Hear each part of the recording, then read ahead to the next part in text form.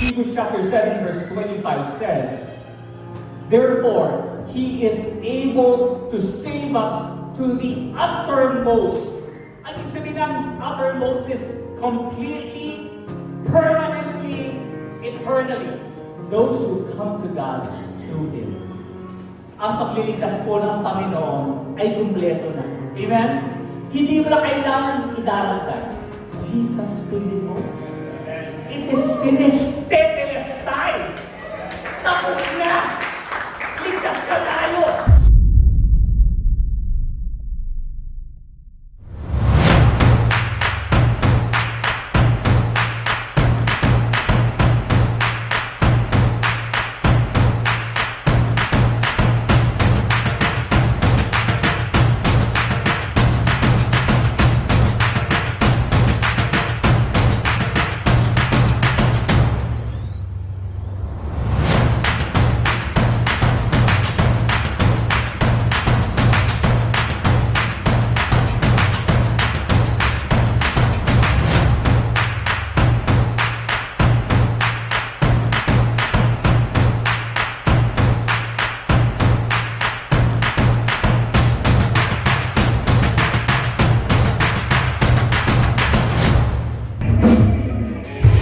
Good morning, Mosaic Church. Hallelujah. Hallelujah. Will I invite everybody to please stand? Hallelujah. Pag-check nyo nga yung mga katabi nyo, yung likod ng mga katabi nyo, baka may mga sugat at nagpasta sila. Joke lang po yun. And today, of course, we will shout, Jesus is alive. Jesus is alive! He is risen! He is risen! Hallelujah! Hallelujah! Thank you, Lord. Thank you, Lord. Thank you. Pwede po ba natin sigaw na, it is finished! It is finished! Thank you, Lord. Thank you. Sabi sa kanyang salita in Matthew chapter 28, verse 6, He is not here. He has risen just as He said. Come and see the place where He lay. Now this message simply tells us that it confirms that Jesus resurrected. Amen? As He said, reminds the followers of Jesus who own predictions about Jesus' resurrection. Amen po ba? Amen. Palapakan po natin ang ating Panginoon. Palapakan muli. Does He deserve all the glory and praise this morning? Amen? Does He deserve all the glory and praise? Sa kanya lahat ng pagpuli. Hallelujah. Come on, join us.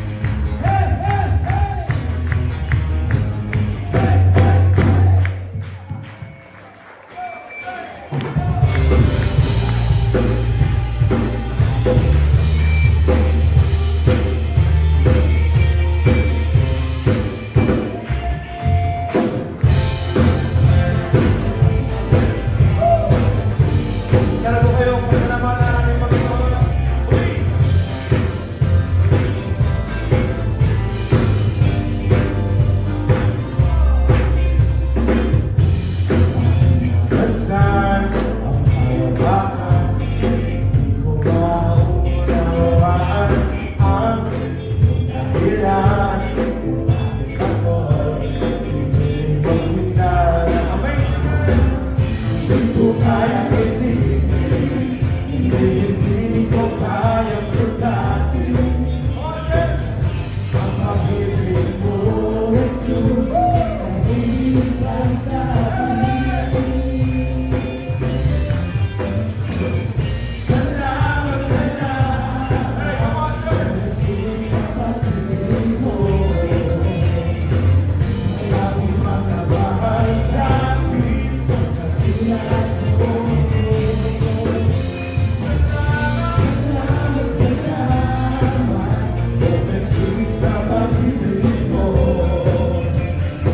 Ako'y masasaya sa pag-ibig mo.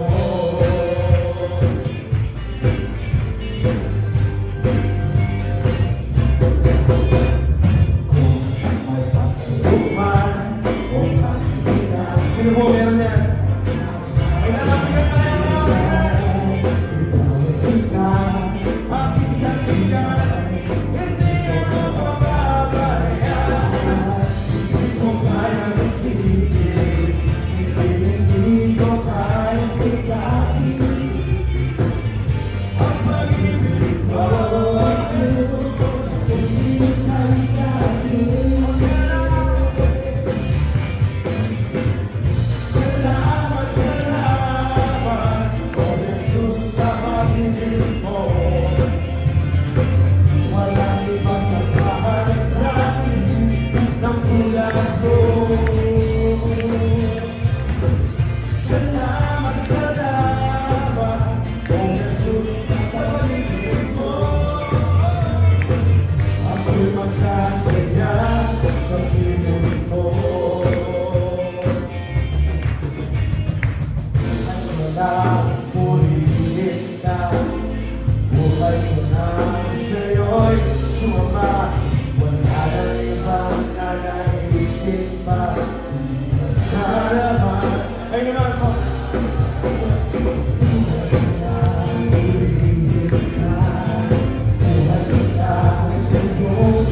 Wala na ibang nanaisip pa, hindi ka salamat.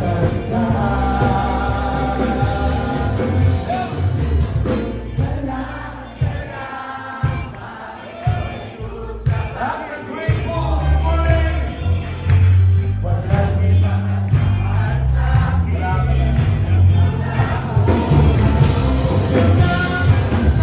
Salamat, salamat, oh Jesus, sa pag-ibig mo.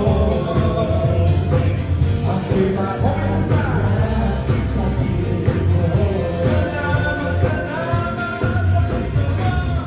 salamat, salamat, oh Jesus, sa pag-ibig mo.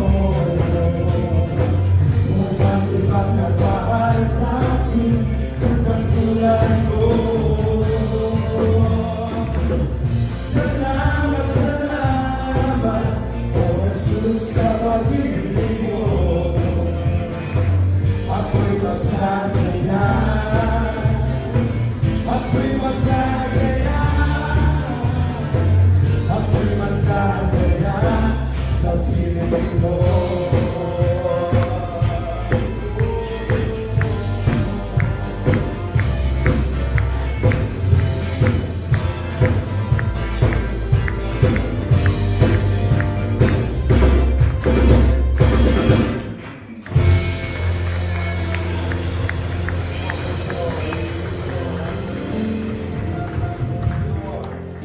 Hallelujah.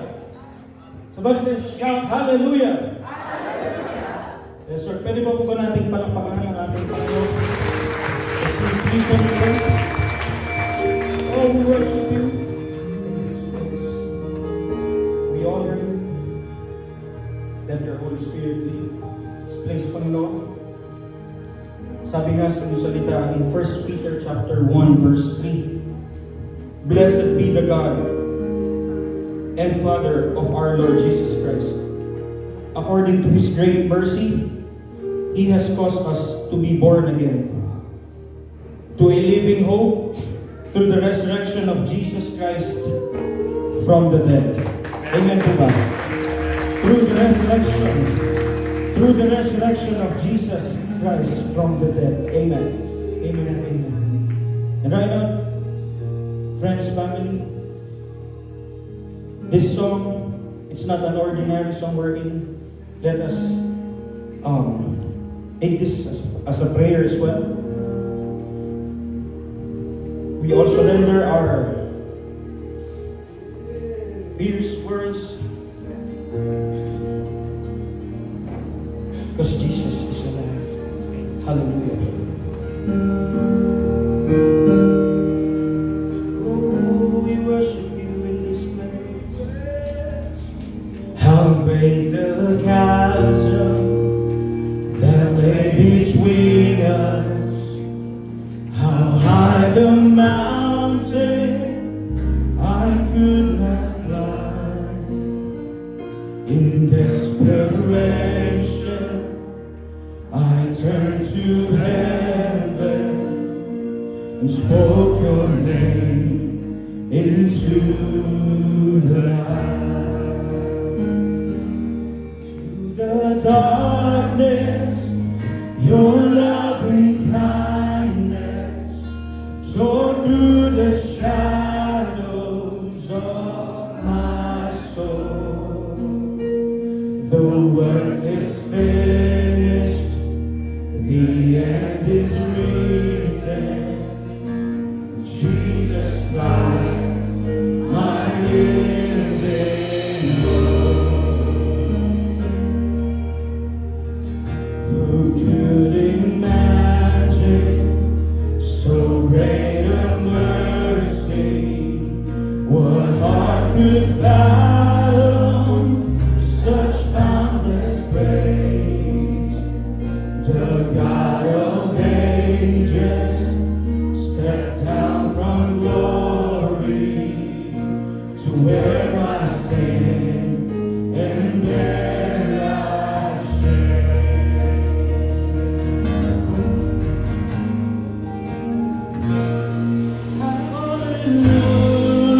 Hallelujah, praise the one who set me free. Hallelujah, death has lost its grip on me. You have broken every chain. There's salvation in your name, Jesus Christ, my living hope. Hallelujah, praise the one who sets me free. Hallelujah, death has lost its grip on me. You have broken every chain. There's salvation in your name, Jesus Christ, my living hope.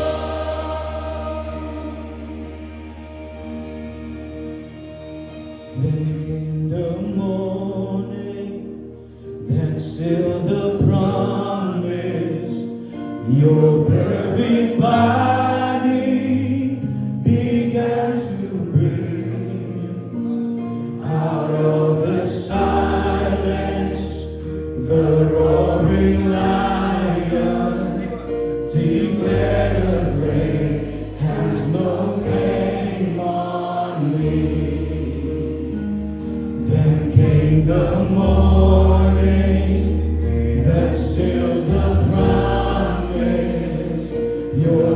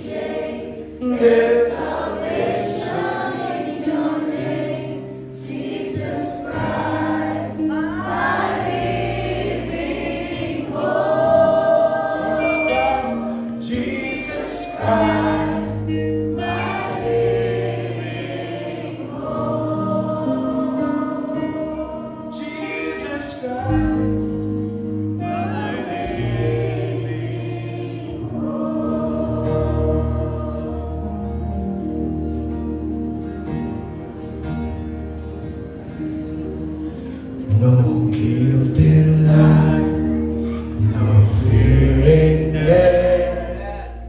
This is the power of Christ in me. Dino na po kayo tatakot pa kayo. Dino na to.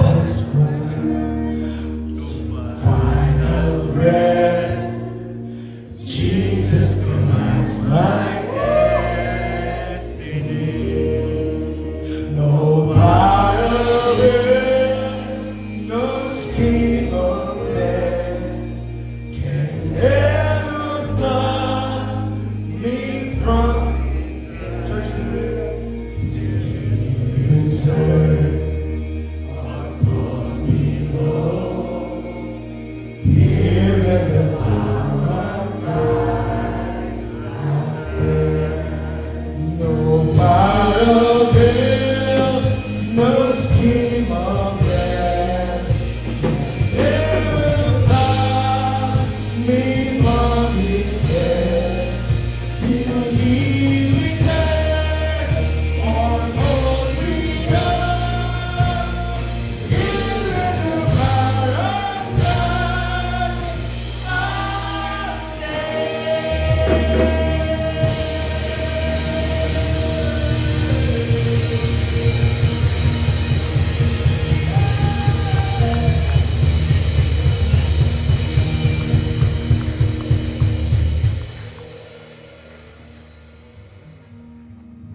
Lahat po tayo ay umupo.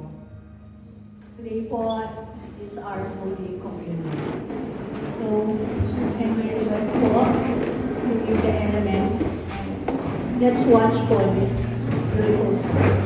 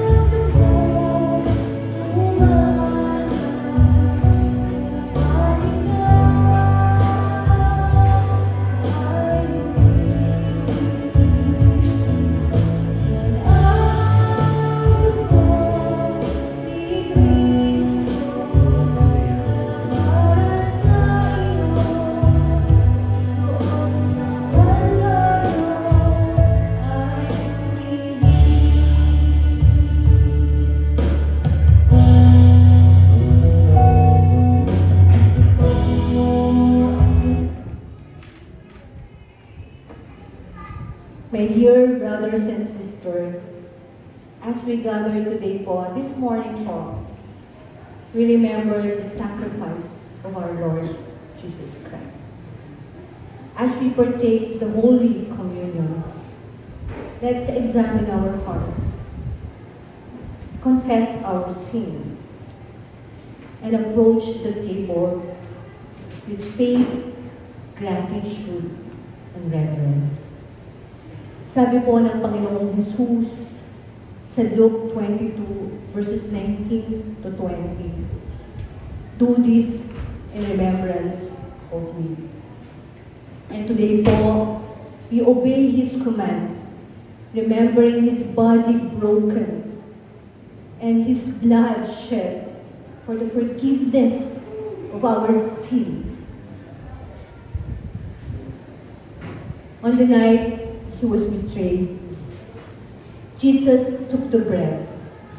After He had given thanks, broke the bread, saying, "This is my body, which is for you. Do this in remembrance of me." Let's partake the bread.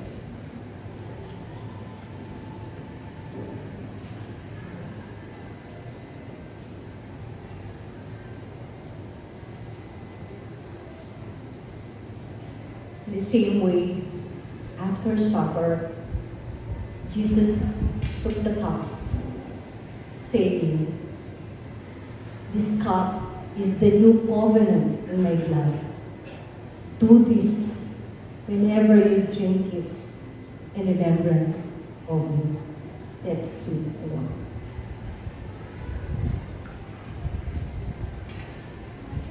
Let us pray. Panginoon, salamat po sa iyong pagmamahal. Salamat po sa iyong sakripisyo. And Lord, we thank you for the opportunity to share the Holy Communion.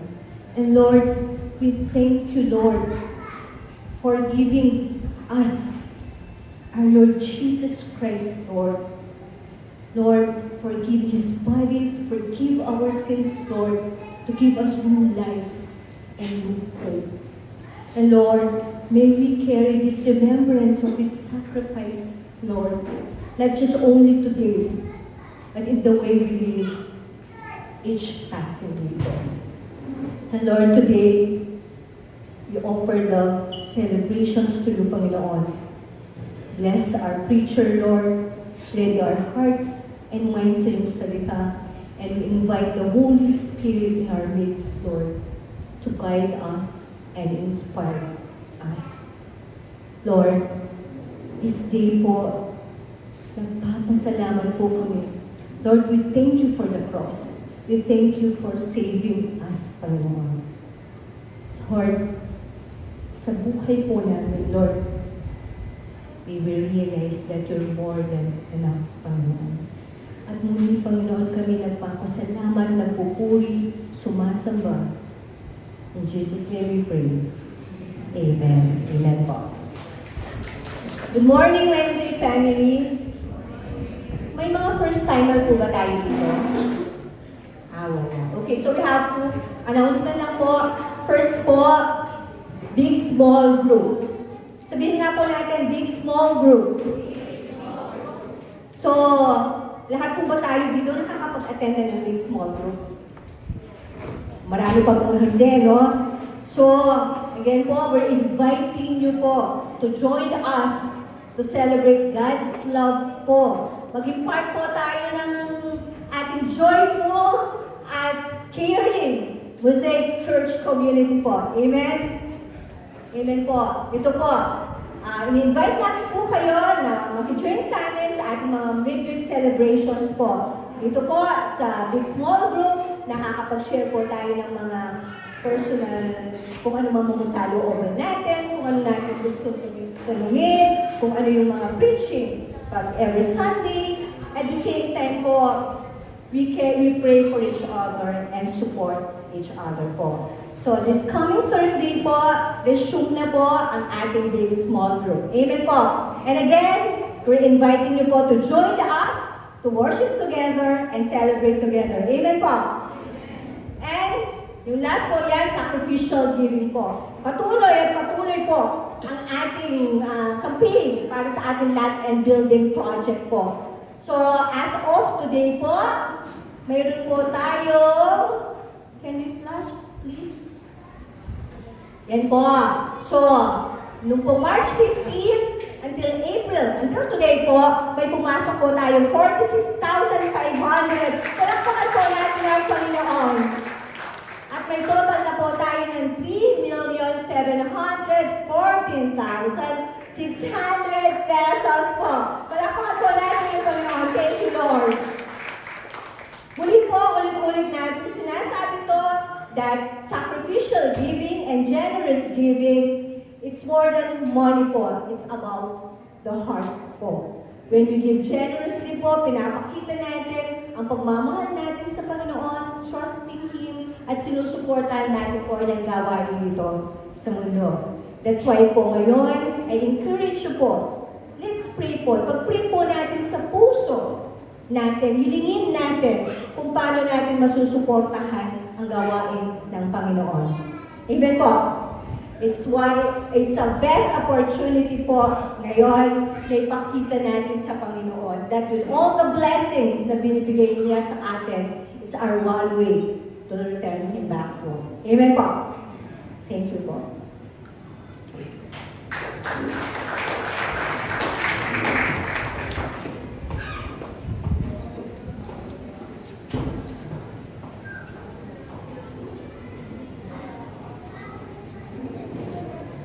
Good morning po. We have a full house this morning. Sino pong masaya na marami tayo ngayon? Panalangin po natin sana hindi lang Holy Week, no? Sana every Sunday, people would prioritize going to church. Amen, and worshiping God. Hallelujah. Sino po na-bless dito sa kanta natin kanina that Jesus Christ is my living hope? Amen. Alam mo po, ang Diyos po ay buhay. Kaya meron tayong pag-asa. Kaya huwag kang mawala ng pag-asa. Kasi nga, balik na rin natin ulit, ang Diyos ay buhay. Kung ang Diyos ay buhay po, tayo mga tagasunod ng Diyos ay dapat buhay din. Pwede ba natin tingnan ang katabi natin kung mukhang buhay ngayon? O mukhang Biyernes Santo pa rin? Pastor, walang kabuhay-buhay ito.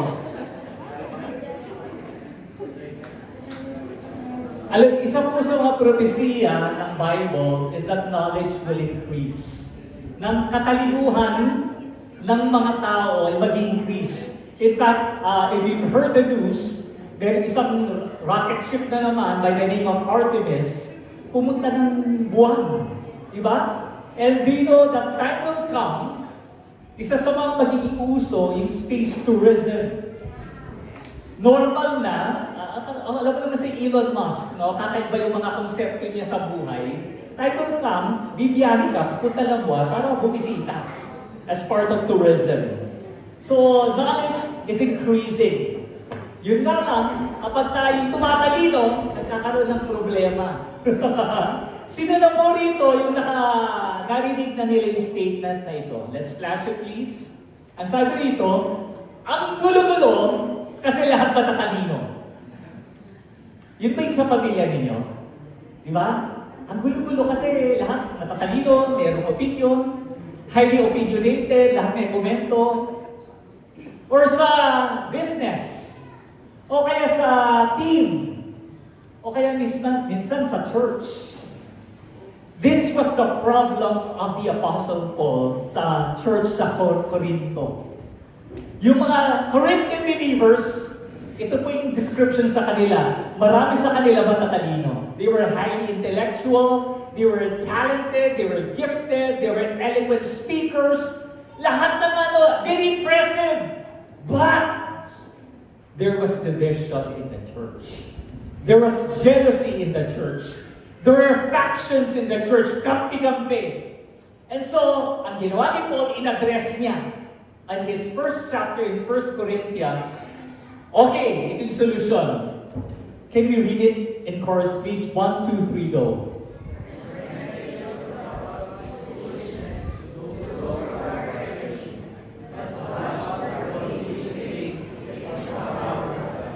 This is our primary verse for this morning. Sapagkat ang mensahe ng krus ay kahangalan sa sa mga mapapahamak. Pero sa atin na inililigtas, ito ang kapangyarihan ng Diyos. In fact, in short, Paul was saying, let's go back to the simplicity of the message of God.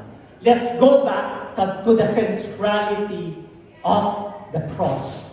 Bumalik tayo sa kasimplihan na ang sentro dito ay walang iba, ay ang Panginoon at ang ginawa niya sa atin sa krus ng Kalbaryo. Amen. And so this morning, maybe experience the power of the cross. The title of the message this morning is The Foolish Message of the Cross. Ang hangal na mensahe ng krus. Sino po dito handa na makinig ng message ni Lord para sa kanila? Amen. Let's all bow our heads in prayer. Father God, we just want to celebrate the risen Christ this morning. I know that people have are going through things, oh God, maybe tough things. But Lord, we want to go back to the cross and what it has done for us. Dalayan po namin, mag-usap ka ng may kapangyarihan, mag-usap ka ng may kalinawan, mag-usap ka, Panginoon, knowing na mahal niyo kami sa umagang ito. This we ask, in Jesus' name we pray, Amen and Amen. Hallelujah, hallelujah. You see, whenever we hear the word cross, ano yung symbol ito? Right now, because a lot of people are already Christians, ang simbolo ng, sige nga, hindi ko ginawa sa first ito. Kapag nababanggit yung word na cross, what immediately enters your mind? Gayon. Sige. Okay. Yung hindi tumitingin yung tinatawag. Yung mga tumitingin sa mga lupisak sa kisame, yun yung tinatawag ko. Hindi, ano naman to, kanya-kanya, no right or wrong answer. Kapag narinig mo yung cross, what immediately comes into your mind? We are saved. We are saved? Ayan. Sige. Rin mga lagoy lang hausan ko. So, yung hero ko in-house ko, sabihin, malago ko pa rin. Yung tinapos po. Sinong tumakapos? Si Jesus. Okay. The finished work of Christ. Ano pa? Please. Dakal makalaguging mo sa inyo, pansin? Di ba? Dakal makalag. Oh yes! Big yes naman ni Kaka. God's sacrifice. God's sacrifice. Okay, thank you. So, if you think about it, all of our answers are spiritual. They have religious undertones, diba? The cross is a symbol of the Christian faith. Very positive in vibe. Pero alam niyo ba, during the time of Jesus, whenever we mention the word cross, it wasn't really positive. It was not a symbol of hope. It was a symbol of horror and terror. Takot, pangamba, kapag narinig mo yung cross during that time. Bakit? It was the primary means ng Roman Empire to torture, humiliate, and patayin, i-death sentence lahat ng mga kriminal. In fact, they would not do that to their fellow Roman citizens. Ginagawa lang yan sa mga iba, hindi Roman citizens, mga slaves, ibang mga lahi, but never to them, kasi ganun ka grabe. You see, crucifixion was invented by the Persians. Sino mga Persians ngayon? Iranians. But it was perfected by the Roman Empire. Kaya grabe. History po. Sino mahilig sa history dito? Uy, meron ha? Okay, during 71 BC, 70 years before Jesus was born, meron pong labanan by a general ng Roman Empire by the name of Marcus Crassus. Tinalo niya ang ex-gladiator. Ibig sabihin natin gladiator yan. Nasa Spartacus. Sino na nakapanood ng nakarinig na kay Spartacus? Di ba? And so, natalo sila sa labanan. And so, ang parusa nila sa mga slaves na nagrebelde sa Rome ay pinako sila sa tinatawag na daan na Appian Way. And so, here's a picture of the Appian Way. Ang pinako nila is 6,000 na tao, slaves. The Appian Way is 100 miles. Imagine mo 100 miles. Puro pinako yan. Sinasabi na, oy, wag nyo kami, tatakutin namin kayo, sabi ng Roman Empire. So, can you use your imagination? Ganun ka dreadful, ka-horrific ang pagpako ng mga tao. It was a death sentence. And it was a torture and humiliation. Okay? A lot of ang mga inisip natin sa krus ngayon, hindi pala correct. And so, I'll show you a video what it was like to be crucified during the time of Jesus. Let's all watch this.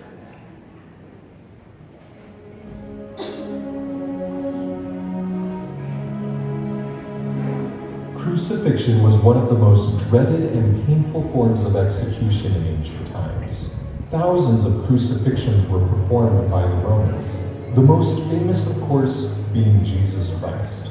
Yet, because almost all depictions of Jesus on the cross were painted centuries later, our image of the death of Christ is in many ways incorrect.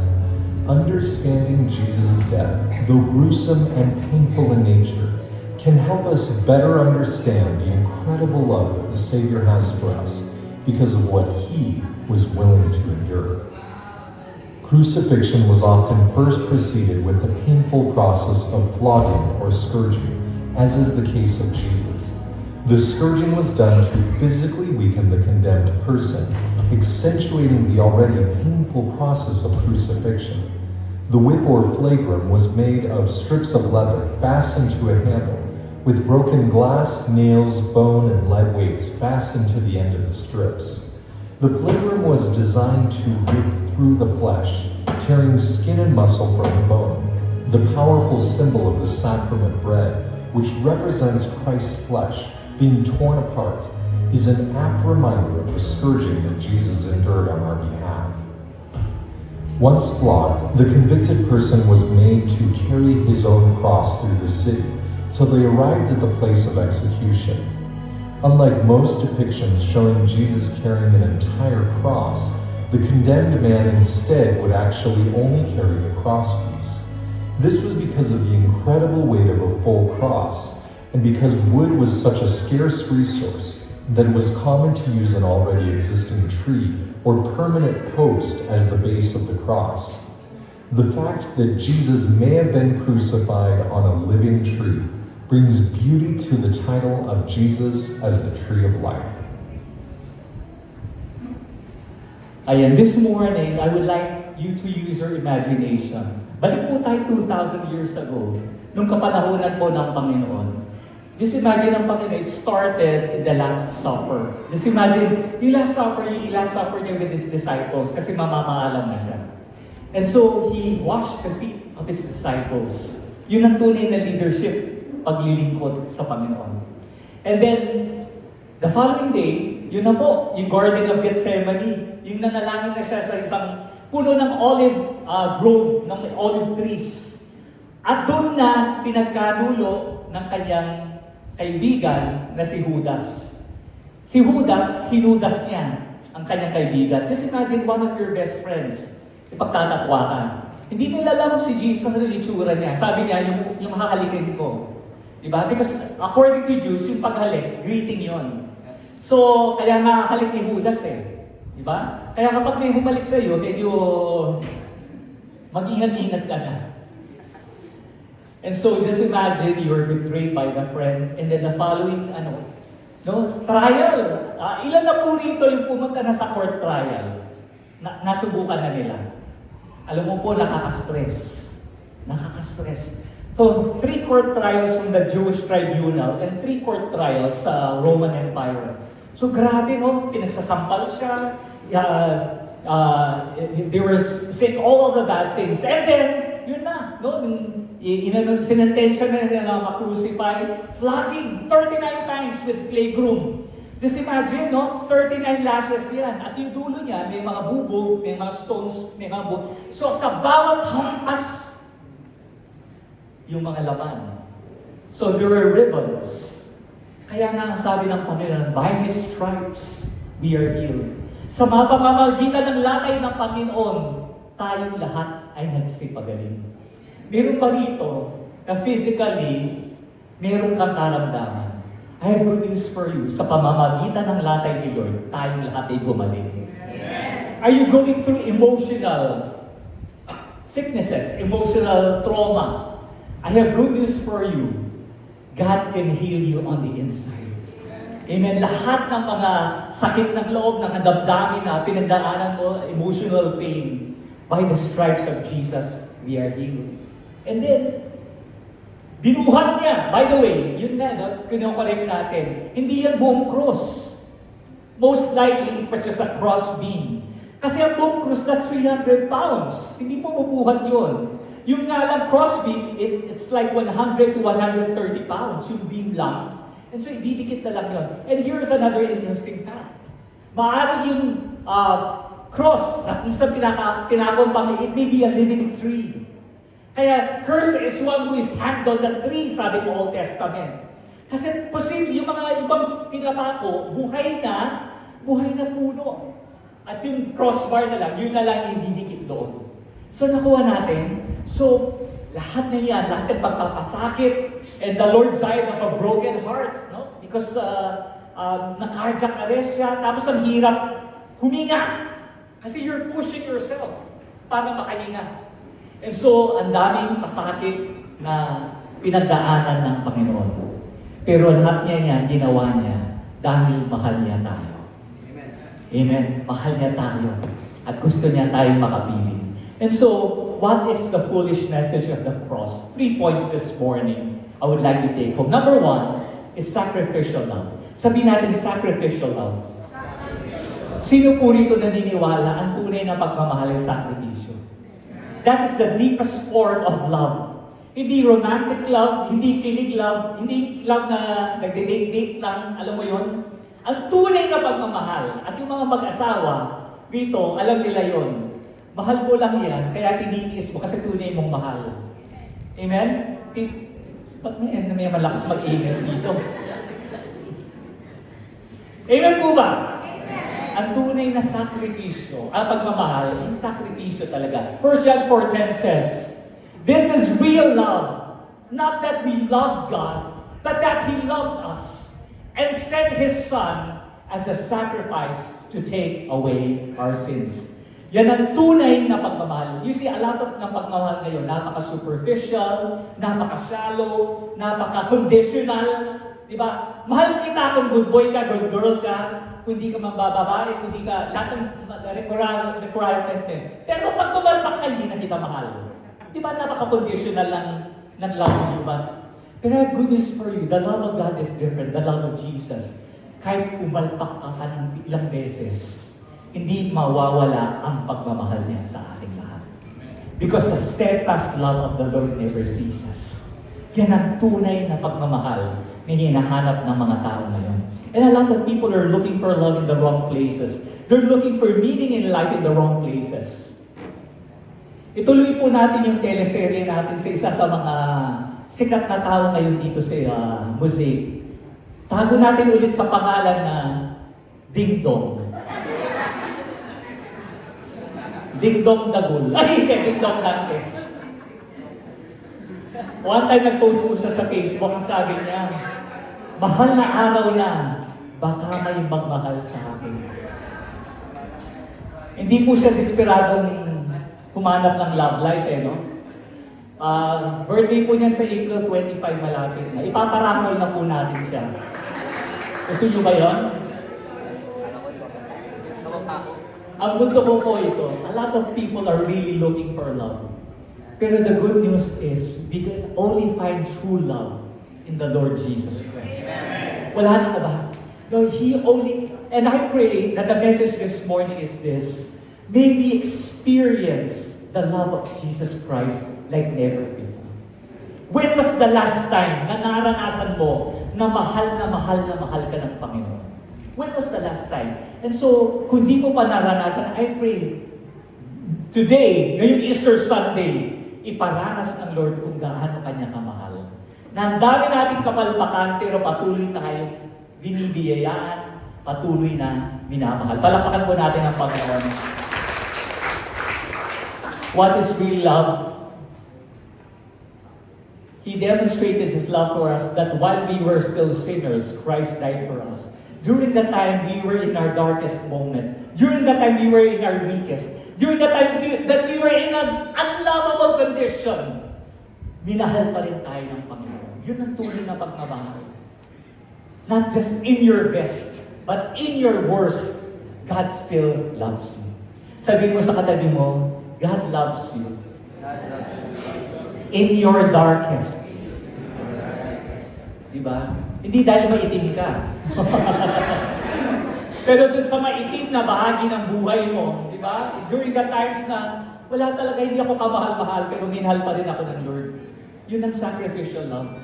Amen? That is what sacrificial love is. I like the meaning, ang ibig sabihin ng cross. What is the cross all about? Is it just two lines intersecting, horizontal and vertical?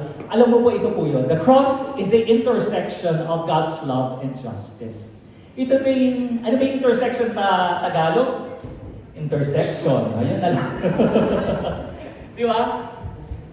Yung pagmamahal ng Diyos at justisya ng Panginoon. Isa pong magandang tanong ito. Ewan ko kung naging katanungan nyo na. Di ba God is love? God is forgiving? Bakit kaya kailangan pa niyang ipadalang kanyang anak para maghirap at itapos sa krus? Bakit kaya hindi na lang tayo basta na lang pinatawad? Di ba? Nakuha ba namin? Patawarin na lang tayo. Ba't kailangan pa niyang maghirap? Di ba? Ang kanyang buktong na anak. Ano yung sagot? Ano yung sagot? Ikaw may sagot ka ba? Ano? Kasi ko, just consider. Okay. The reason is this. Yes, God is love, but He is also a God of justice. Sa Diyos ng katarungan. Naintindihan natin. Kunyari, alam mo, we had a friend from a nag-attend din siya dito sa mosaic, no? Yung kanyang mom, alam niyo, tragedya, yung pagkakamatay niya. Alam mo, na iwan sa bahay, alam ng iba ito, yung nanay niya, yung parang boy nila sa tahanan, pinalupot ng cord, ng tapos kinalatkat, pinakpok ng martilyo. Grabe. Grabe yung pagkakamatay ng kanyang nanay. What if anak ka niya? Sabihin mo na yung in-accuse, patawarin niyo lang po ako, okay na yun, di ba? Christian kayo, dapat magmahal, magpatawad. Anong sasabihin mo? Hindi, kailangan ng justisya. Di ba? Lahat ng krimen dapat bayaran. In the same way, kailangan natin pagbayaran yung krimen ng ating kasalanan. Amen? And so God did, sinubstitute niya lahat ng kasalanan supposedly nasa atin. Ang umako ay ang Panginoong Jesus. Ganoon ang tunay na pagmamahal. Yung kasalanan dapat sa atin ay inako ng ating Panginoong Jesus. Ilan na po rito yung nakapanood? Marami po nanood ng first love. Sino na nakapanood dito ng The Green Mile? Magtaas ang kamay. Ay, ilan pa lang, The Green Mile. Diba?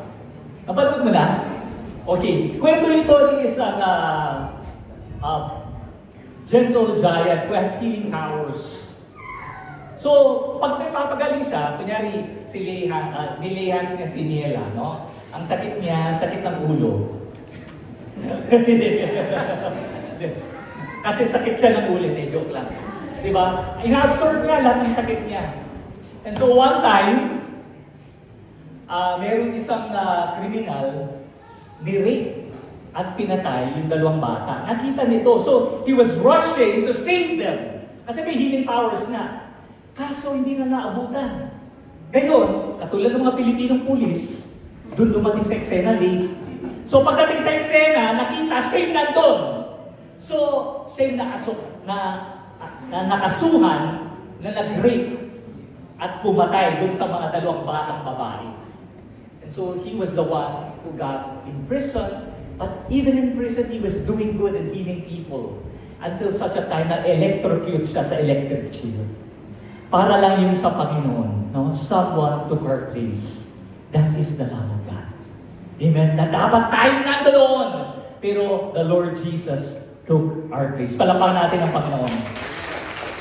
Colossians 2:14 says, He canceled the unfavorable record of our debts with its binding rules and did it away completely by nailing it to the cross. So, kinancel niya yung ating mga pagkakautang. Ano yung pagkakautang natin, yung mga atraso nating mga kasalanan? And He did that on the cross. Sa Facebook, ewan ko kung narinig niyo na ito, post sabi dito, salvation, next slide please. Jesus paid it all.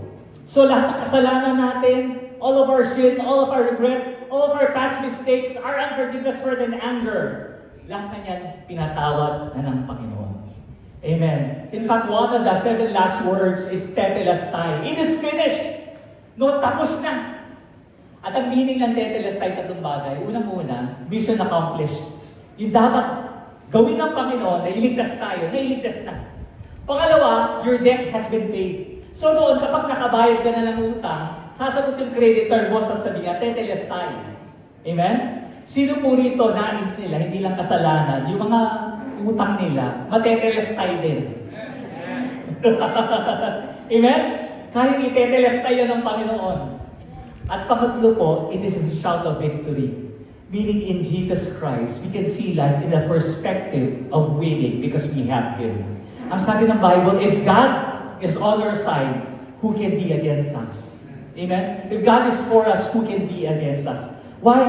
Because there's victory. Why? Because Jesus loves us. So number 1 po is sacrificial love. Okay? Number 2 po is salvation. Sabihin natin salvation. The message of the cross is salvation. Hebrews 7:25. Ang sabi po rito, therefore He is able to save to the uttermost. Ang uttermost dito meaning completely, permanently, eternally. Those who come to God through Him. Nakakalungkot po because a lot of people we lack the knowledge of the Word of God. Di po ba nakakakita pa tayo? Manggabilan sa Pampanga, di po mamalaspas. Di ba? Mamalaspas lang. Thinking that, Lord, kulang pa yung ginawa mo. Ito, kasakitin ko pa sarili ko. Pero alam niyo po, Jesus paid it all. Amen? Hindi na natin kailangan pagtrabauhin yung ating kaligtasan. Tinrabaho na yan ng Panginoon. Amen? We are saved by the grace of God. Alam mo po, ano yung mahalaga ngayon? Dahil mataas ang gas. Diba? We try to save gas. But there's more important thing than saving gas. It is the saving grace of God. Na biyaya ng Lord. Hindi mo kaya iligtas ang iyong sarili. No, if you were to ask people, why are you going to heaven? Why are you saved? Ang common answer dyan, kasi mabuti akong tao, wala akong inagarabyado, di ba? I go to church every Sunday, nagbibigay ako, tinutulungan ko yung mahirap. Ano yun? Good works.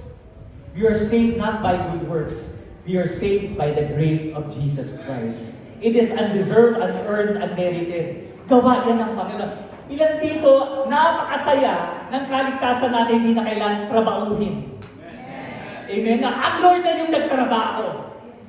Alam mo yung ginagawa ng grace, kapayapaan at kapahingahan. Once you are standing on the grace of God, there's rest in your soul. Amen? Hindi na works, hindi na law, nakakapagod. One time ka, nakwento ko nga kay Kiko, siguro kung nasa Old Testament tayo, kasi kapag sa Old Testament, nagkasala ka, minsan binabato ka. Ayun, the woman caught in adultery, binabato. So sabi ko, sige, ibalik ko po yung tanong sa inyo. Kung kayo'y nasa Old Testament, dahil sa makasalanan nyo, ilan na po rito siguro dami ng binato sa kanila? Tayong lahat no? Talagang di tayo pwede sa Old Testament. Praise God. We are living in the grace of God. Amen. We have the salvation that comes from the Lord Jesus Christ. Palakpakan po natin ang Panginoon. Because why do we need salvation? Because the greatest problem is sin. Sin is the root cause of all problems. Yung iba namang sintomas lang. Ilan po rito yung mag-asawa? Okay. Ang gustong magstay mag-asawa pa rin. I'll give an example, no? Sa pag-aasawa lang. Di ba may problema yung mga mag-asawa? Isang problema, kunyari, is third party. Di ba? Marital infidelity. Anong tawag doon? Adultery. Ano po? Sin. So, kaya nag-aaway kasi may kasalanan. Okay, another problem would be yung mga nagkaroon ng pag-aaway At hindi ma-resolve yun because of pride. Kayo po ba'y naniniwala doon? Isa sa mga source ng kasi pride, kaya hindi ma-resolve. So pride is sin. Kaya marami mga mag-asawa, kapag katapos sila nag-aaway, sila po'y nagtatalik. Mahilig magtalikuran. Diba? 1 week hindi ka usap. Bahala ka sa buhay. Diba? Bahala ka magluto. Diba? Bahala ka magbayad ng bills. Transactional yung pag-usap. The root cause is sin. Nakuha natin. So, tingnan natin mga problema. So, Jesus had to come and pay the price for us. Okay. Nagkaroon tayo ng pandemya, but you know, the 20th century, ang pinakagrabing epidemia that has killed 300 million people ay itong sakit na ito. Hulaan mo kung ano. Flash, please. O, ano yun? Smallpox sa Tagalog, bulutong. Bulutong lang namatay, oo, very infectious yan. During the 20th century, dahil wala pang cure, talagang makakamatay. So, I'll give you an imagination, no? Ilan yung mga tao sa Pilipinas? 110 million. Just imagine, no? 300 million lang matay, no? Imagine mo, lahat ng 110 million na Pilipino nagkabulutong at namatay. Ganun ka grabe. Kasi walang cure. Praise God, nagkaroon na ng cure. And there is only one vaccine that is so effective of curing us of smallpox. That's why Acts chapter 4, verse 2, ang sabi dito, salvation is found in no one else. There is only one cure to the sin problem, and it is Jesus Christ alone. Amen. Lahat ng problema natin ng kasalanan, lahat, isa lang ang daan. You see, a lot of people are offended by the thought na ang salvation natin ay maraming daan. Di ba, meron tayong paniniwala na isa lang ang Diyos natin, pero yung daan papunta dyan sa Diyos, maraming paraan. No, that is not what the Bible says. There is only one way, and Jesus is the way. Amen? Dear Jesus is the only way wherein why we can be saved. Nalalo ba yung panahon ni Noah? Di ba, he built the ark, nagkakaroon ng delubyo, and so, nag-preach si Moses sa Noah ng 120 years, di ba? Pumasok kayo sa daong, sa arko, kasi babahain ng Panginoon. And so, they thought it was foolish kasi during the time na hindi pa umulan, they have no concept of what rain is. Lalo-lalo na flood. And so, tinawanan siya. Until such a time, alam na natin yung kwento, binaha. And so, namatay ang lahat ng mga tao. Ang naligtas lamang ang yung pamilya ni Noah. And so, the ark is a symbol of salvation. Kaya 3 level yan eh. God the Father, God the Son, God the Holy Spirit. Kaya isa lang yung pintuan ng arko. Kasi Jesus is the only way. Amen? Palakpakan natin ang Panginoon. In a world that would want inclusivity. Di ba? Gender equality. Di ba? Lahat ng mga gusto pa inclusive. Pero ang kaligtasan talaga, exclusive siya. Si Jesus lang talaga. At wala nang ibang daan. Amen? Galatians 6:14 says, as for me, I never boast about anything except the cross of our Lord Jesus Christ. Maraming tao ngayon, meron pinagmamayabang. A lot of people pinagmamayabang yung kanilang good looks. No? Tingnan niyo yan, katabi niyo kung mukhang artistahin. Mukhang artista kontrabida naman. Eh, no? Iba, di ba? Yung mga properties, maybe a flashy car, a big house. Diba? People have something to give their pride on. But Paul, as successful as he is, he came to the point, ang may pagmamalaki ko lamang yung krus. And may we come to a point of spiritual maturity na talaga masasabi natin, ang may pagmamayabang ko lang ay ang ginawa ni Jesus sa buhay ko. Yun lang, wala rin iba. Palakpakan natin ang Panginoon. Yun lang! That is the only achievement is what Jesus achieved on us and not we achieved. Maraming mga tao ang pinagmamayabang mga accomplishments sila. Hindi. Ang in-accomplish ng Panginoon. Kunyari, you have a business right now. At ito naging successful. Ang ipagmayabang mo, ang Lord ang nagpala nun. Amen? Yun ang boasting natin. It is what Jesus has done. Meron mga rito, they were on the verge of, kunyari, maghihiwalay na kayong mag-asawa. Pero bigla na lang ang Panginoon nag-intervene. Ipagmamayabang mo, ang Lord ang siyang nag-restore ng aming marriage. It's what Jesus has done. Pero dito nawawala na sila, nagda-drugs na sila, nalulong na sa sugal at iba-ibang mga bisyo. Pero ang Lord, binalik sila sa tamang daan. Di ba? It is what Jesus, yun ang ipagmamayabang natin. Kanina po may nag-testify si Brother Noli. At nag-testify siya, dati daw, before na nakilala ang Panginoon. Alam mo, he was into drugs, talagang naglalasing, and lahat ng negosyo, bisyo, pwera lang pambababae, sabi niya. So masaya na may misis niya. At least, natanggal yon. Pero the rest, until such a time na kumilos ng Lord sa kanya, nakilala siya, nakilala niya ang Panginoon and invited to someone. At ngayon po, alam mo, they're living a blessed life.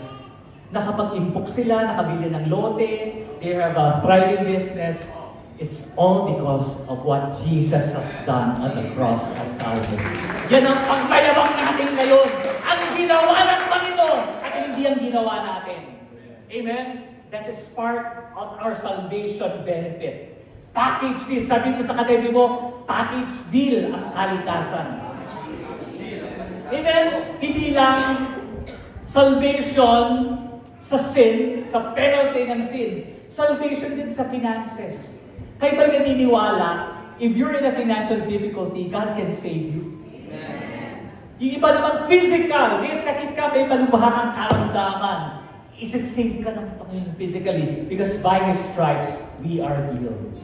Amen. All because of the saving word of God. In John chapter 1, verse 16 to 17, it says here, out of His fullness, we have all received grace in place of grace already given. Alam mo, ang biyaya ng Panginoon, here's one thing that you may not know. Patong-patong, umaapaw, pagbigay ng biyaya ang Lord.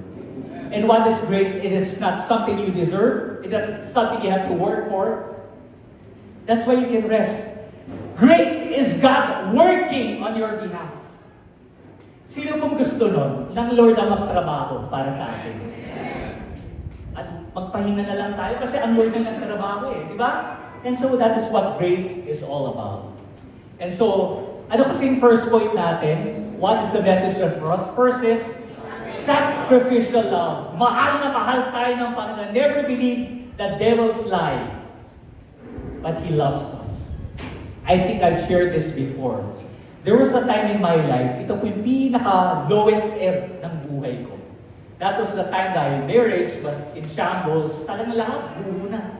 And so, inudyok po ako ng Panginoon and by the help of our pastors. So ako po yung nakapag-ayuno during that time. It was supposed to be just a 5-day fasting, no? Sa bundok po, sa Touch of Glory.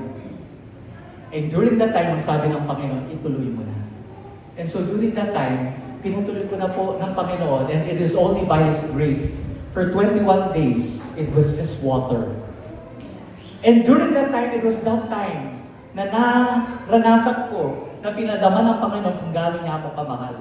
That during that time na napaka-lowest end ng buhay ko, pinakita ng Panginoon ang sarili niya sa krus ng Kalbaryo. At ang sabi niya, never again na sabihin mo walang nagmamahal sa'yo, walang nagkikare sa'yo. Dahil nandito ako nakabayubay sa krus at ako'y nagmamahal sa'yo. Iyak na ako ng iyak. Ito talaga naranasan ko. And I pray this morning, maranasan niyo yan. Na ang knowledge natin of what Jesus has done, na desensitize na tayo, hindi na umi-epekto eh.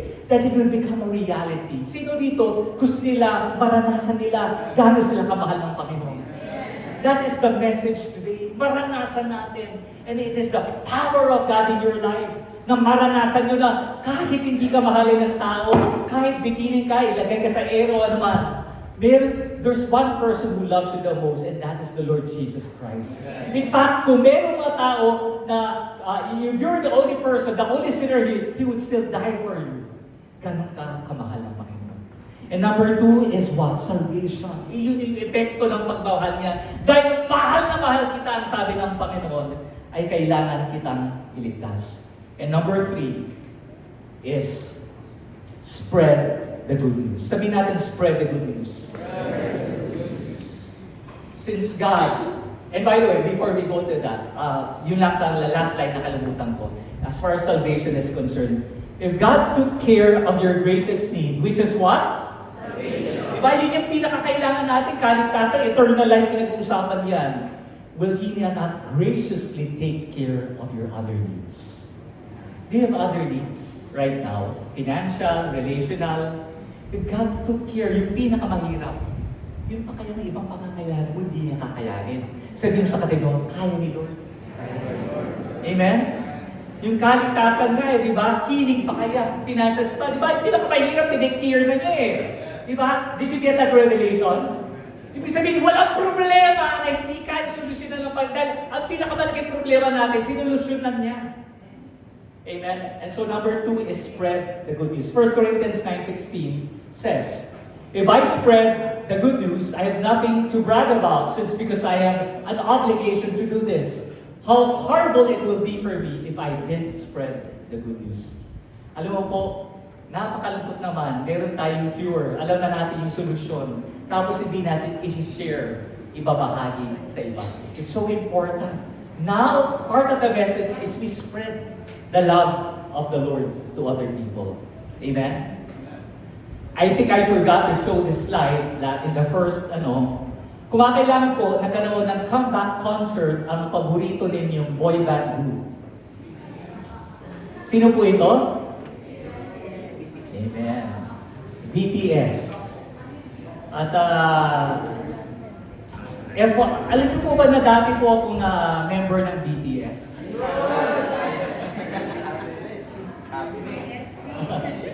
BS. Grabe naman to. BSTN Company. Alam mo, binibuking yun. Hindi BTS daw, BSTN Company. Ano ba yung Tito Vic and Joey? Alam niyo po bakit? They were in hiatus for ilang years. Alam niyo yung dahilan? Bakit ilang years silang wala sa showbiz? Because of the mandatory military service sa Korea. So sa Korea, walang celebrity. They have to do their duty. No? Out of love for their country. Tayo pa kaya? If we love the Lord, yes, it is a duty. It is our duty to share the good news to others who have not heard it. Kaya po, yun po yung ating mithiin as a church.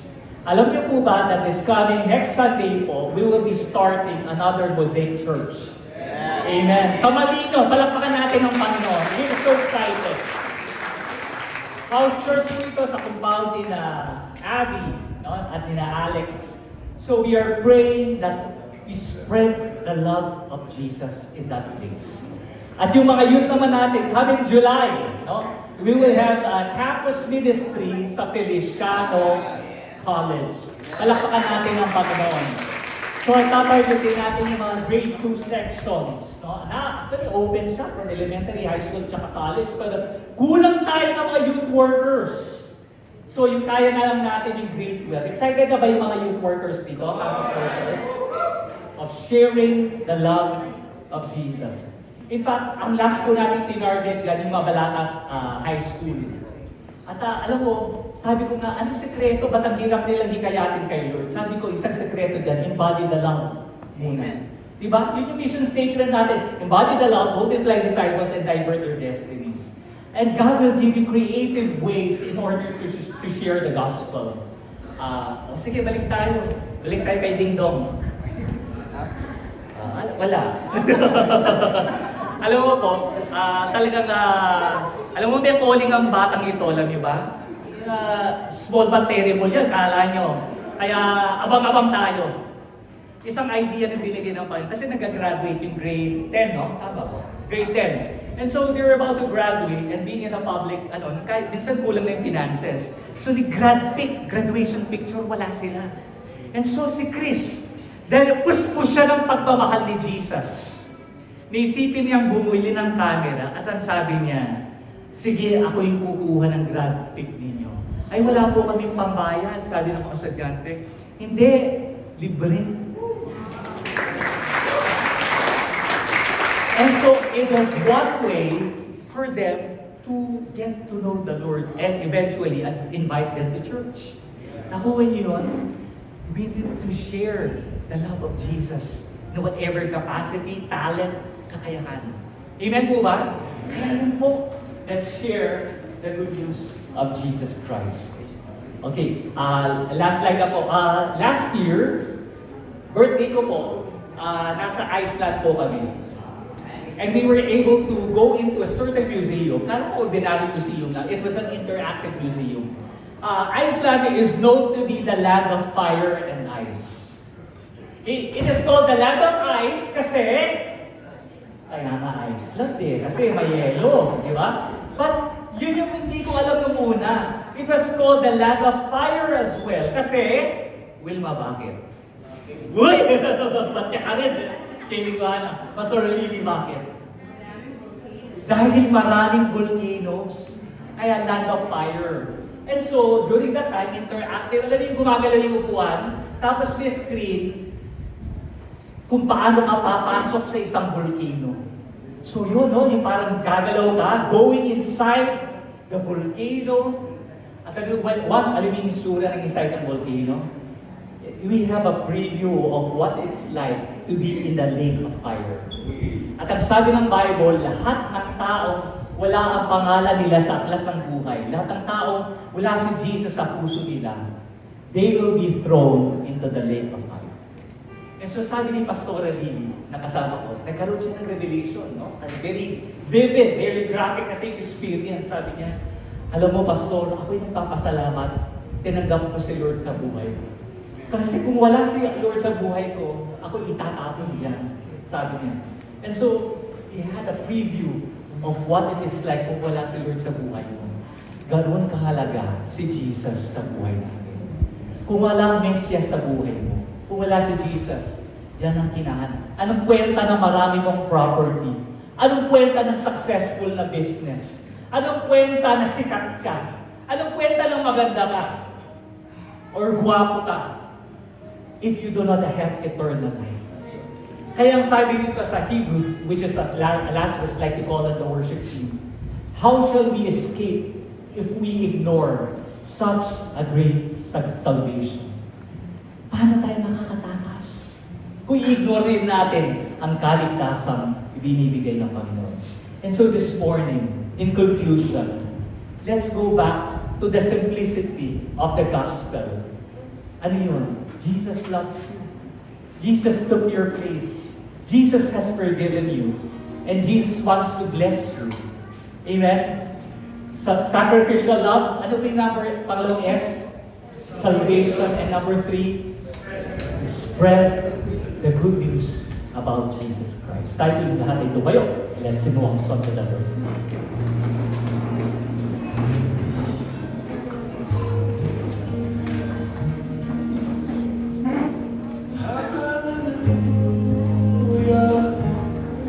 Praise the one who sets me free. Hallelujah. That is the first grip on me. You have broken everything. There's salvation in your name. Jesus Christ, my living hope.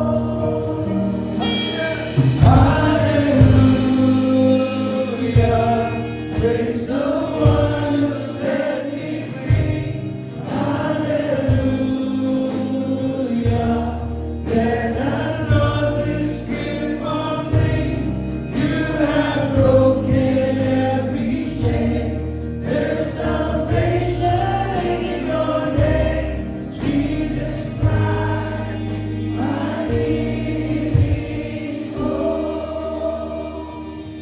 Hindi po natin papalampasin ang pagkakataon na ito. If there are some people here who have not really accepted Jesus Christ as their personal Lord and Savior, hindi ka sigurado that whatever happens to you, you have salvation in eternal life because of your sins.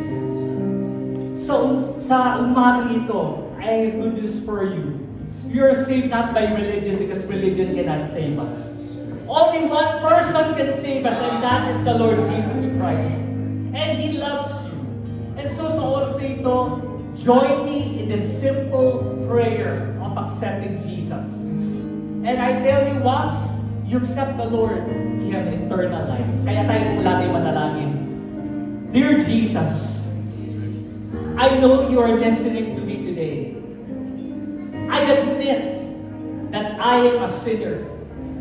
I have done a lot of miserable things, grievous things that have hurt your heart.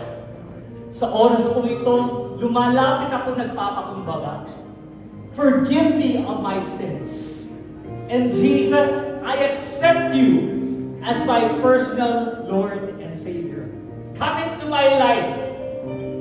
Be my Lord and Savior.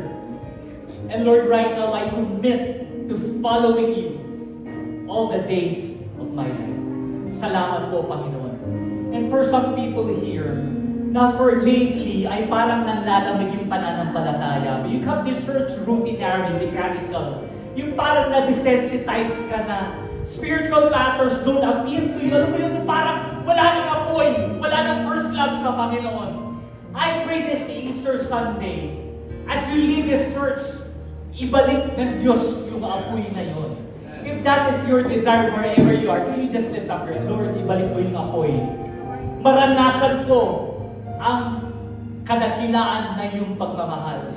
Maranasan ko, Panginoon, give me a revelation of the cross. Na mensahe ng krus, Panginoon, it would just speak to me intimately, personally, Panginoon, na Lord, maging realidad, Panginoon, ang katotohanan ng krus ng Kalbaryo. If that is your desire this morning, God would honor that. Father God, I pray for people, for this church. I pray for spiritual awakening, that we would go back to the simplicity of being with you, O God, of knowing that you love us, and use us, O God, to spread the good news to everyone. And Lord, we pray for our Balingon Church. O God, more people would come to know Jesus in that place. We pray for Feliciano College, O God, more students would come to know Jesus in that place. Gamitin mo yung mga anak. And Father God, for those who are undergoing a lot of problems right now, the encouragement is, if you saved us from the greatest need we have, which is salvation, surely you can save us from all our other problems and needs. Lord, maraming salamat. Pagpalain niyo po ang aming mga tithes, ang aming mga offerings.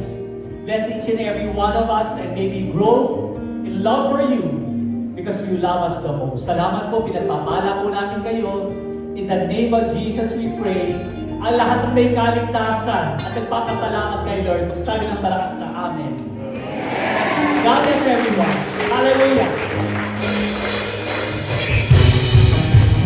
Ano ba yung